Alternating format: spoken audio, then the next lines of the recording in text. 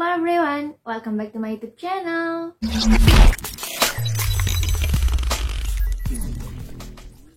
Oke, di video kali ini aku akan membahas tentang 3 hal yang harus kalian hindari selama ikut PPG Prajabatan. Oke, disclaimer dulu ya, ini menurut pendapat aku pribadi selama pengalaman aku di PPG Prajabatan. Jadi kalau misal kalian memiliki pendapat lain ya, that's okay, kalian bisa berpendapat di kolom komentar. Menurut aku yang perlu dihindari saat kita mengikuti kuliah PPG Prajabatan, yang pertama adalah hindari stres. Oke, ini mungkin klise karena siapa sih yang mau stres, pasti kita gak mau ya. Tapi kalau aku lihat di sosial medianya teman-teman aku, di TikTok atau di video, banyak sekali beredar bahwa anak PPG Prajabatan itu sangat stres, banyak tugas, kuliah full luring dan sebagainya. Nah, itu secara tidak langsung benar-benar akan mempengaruhi mental kita. Apalagi mental teman-teman yang masih mau berjuang buat ikut PPG atau yang baru masuk di PPG Prajabatan gelombang kedua. Sejujurnya, kalau kalian sering bertanya kan, Kak, bener nggak sih tugas PPG Prajabatan itu sesulit itu, semengerikan itu, sebanyak itu? Oke, aku mau jawab ya. Kalau pertanyaannya apakah tugasnya sulit? Menurut aku sih enggak ya. Jenis tugasnya itu tidak terlalu sulit. Memang jenis tugasnya beragam, tapi menurut aku pribadi tidak terlalu sulit. Tapi kalau pertanyaannya apakah tugasnya banyak? Nah, aku sih berani menjawab iya, karena tugasnya memang banyak. Tapi tidak terlalu sulit. Jadi kalian harus meng-highlight poin yang nggak terlalu sulit ini loh. Jadi, kalian harus bisa memanage waktu kalian biar tugas yang banyak dan beragam itu bisa secara sistematis kalian kerjakan gitu loh. Kalau kalian fokus pada statement, PPG ini sulit banget, PPG banyak tugasnya, itu nggak akan selesai. Energi kalian terkuras dan kalian jadi stres karena memikirkan hal-hal yang seperti itu. Padahal, kalau dijalankan, sebenarnya kita bisa banget buat enjoy karena tugas-tugas itu sudah dipetak-petakan sesuai dengan pertemuan di setiap perkuliahan. Jadi misal pertemuan pertama tugasnya ini sampai sini, tugas pertemuan kedua apa aja, kita bisa tahu, bahkan kita bisa memantau sampai tugas pertemuan keberapa. Jadi menurut aku untuk tugas-tugas itu bisa kita handle lah, karena tugasnya itu bukan kayak kita harus melakukan penelitian, bukan yang kayak gitu, tapi ya relatif mudah lah menurut aku. Jadi yang pertama kalian harus hindari stres, karena kalian kalau dari awal mindsetnya udah wah nanti ikut PPG bakal susah, bakal sulit, nanti aku bakal stres, itu akan berdampak ke mental kalian, juga kesehatan fisik kalian ya. Jadi please hindari stres. Tolong jangan overthinking tentang itu. PPG Prajabatan tidak semengerikan itu. Kemudian yang kedua yang harus kalian hindari menurut aku adalah overthinking terkait penempatan atau apa yang akan kita dapatkan setelah kita lulus dari PPG Prajabatan. Oke, di bagian ini sebenarnya aku termasuk salah satu orang yang awalnya selalu memikirkan dan selalu overthinking tentang apa sih nanti yang bakal aku dapat dari PPG Prajabatan ini.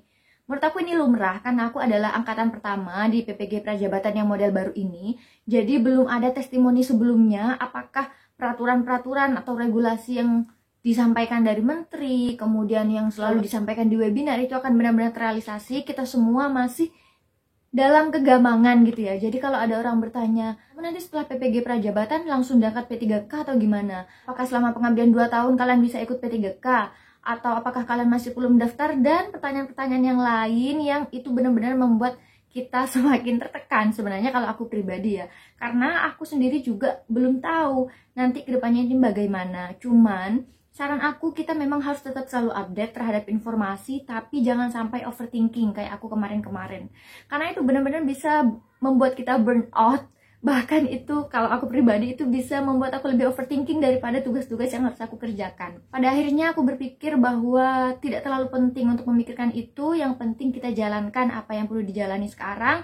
Kita ikuti saja alurnya, kita ikuti saja prosesnya. Berhubung aku adalah PPG Prajabatan di angkatan pertama dan benar-benar tidak ada orang yang bisa aku tanyain di sebelumnya. Mungkin ada ya PPG Prajabatan dari yang sebelum-sebelumnya, tapi itu kan kita beda model ya.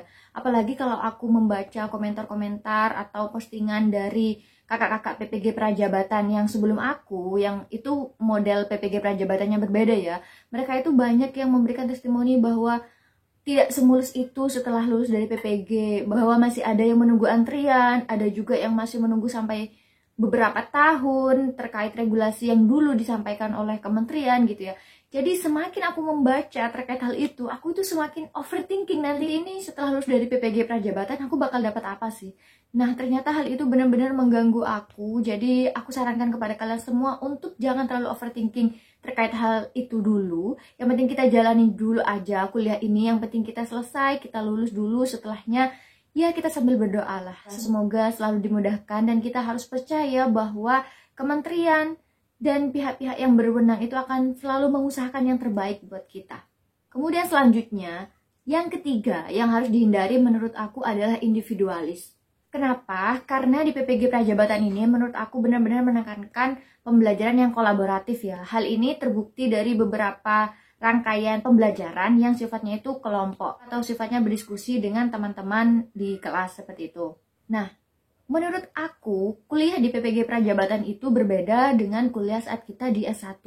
Karena kalau kuliah saat kita di S1 itu kan banyak sekali ya teman-teman yang idealis, teman-teman yang ngambis gitu ya. Tapi kalau di PPG Prajabatan ini, menurut aku, sekali lagi ini menurut aku ya, kita jangan terlalu ngambis sampai begitu individualis gitu ya. Karena kita memiliki tujuan yang sama, yaitu sama-sama untuk segera lulus dan mendapatkan serdik.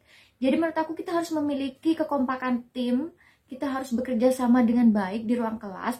Karena kalau pengalaman aku di kelas, kita itu misal ya ada sistem diskusi. Nah itu kita benar-benar kayak diskusi dan saling mempercayai pendapat dari teman-teman kita. Karena teman-teman yang ikut PPG Prajabatan ya, kalau teman-teman aku, mereka itu benar-benar orang yang hebat-hebat. Mereka itu memiliki pengalaman yang luas, ilmu yang mendalam. Jadi aku itu gak khawatir gitu loh buat kerja sama dengan mereka. Jujur aku sebelumnya, aku jarang mempercayai pendapat orang lain. Misal sekalipun kerja sama, at the end, di akhir itu aku pasti kayak review ulang hasil kerjasama dengan teman-teman. Karena aku tidak terlalu percaya terhadap pendapat orang lain. Tapi itu menurut aku tidak bisa aku terapkan lagi di PPG Prajabatan ini. Karena di sini seperti yang kalian tahu tadi tugasnya banyak dan kita berbatas waktu. Jadi kita itu harus benar-benar bekerja sama dalam mengerjakan suatu hal. Jadi aku ada temen ya, yang menurut aku di kelas dia itu teman-temannya agak lumayan ngambis dan agak lumayan individualis. Jadi misal dalam kelompok itu kita diminta untuk membahas 5 poin. Mungkin dalam 1 poin ini mereka akan menghabiskan waktu berjam-jam karena mereka berdiskusi nggak selesai-selesai. Mereka terlalu idealis dengan pendapat mereka masing-masing sampai tidak mau menerima pendapat temennya. Nah menurut aku itu justru menguras tenaga dan pikiran ya. Karena aku dan teman-teman aku tidak pernah sampai seidealis itu. Jadi kita benar-benar menghargai pendapat orang lain dan kita berdiskusi dengan pendapat-pendapat itu. Bukan justru hanya mempertahankan pendapat kita masing-masing kayak gitu. Jadi saran dari aku buat kalian, jangan terlalu individualis dan ngambis. Kalian sering kan melihat postingan orang tentang LMS atau Learning Management System dari PPG Prajabatan itu, bahwa banyak aktivitas dan banyak juga yang mention ya udah yang penting hijau, yang penting hijau, yang penting checklist.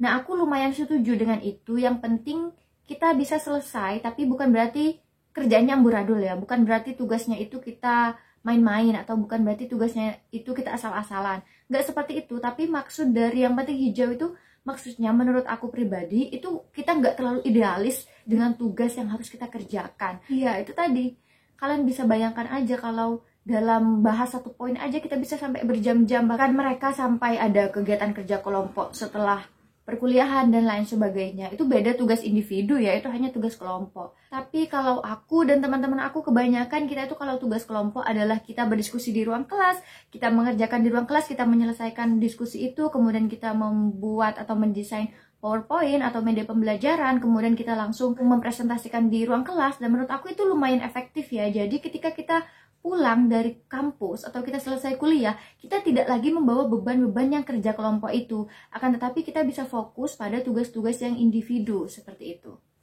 Oke, itu dia tadi 3 hal yang menurut aku harus kalian hindari selama kalian mengikuti perkuliahan PPG Prajabatan. Kalau kalian memiliki pertanyaan atau hal-hal lain yang ingin kalian bagikan terkait pendidikan, khususnya tentang PPG Prajabatan ini, karena kali ini aku concernnya di bagian ini ya, kalian bisa menuliskannya di kolom komentar. Apalagi mungkin kalau kalian tidak setuju tentang pendapat aku yang 3 hal tadi, kalian feel free buat menuliskannya di kolom komentar.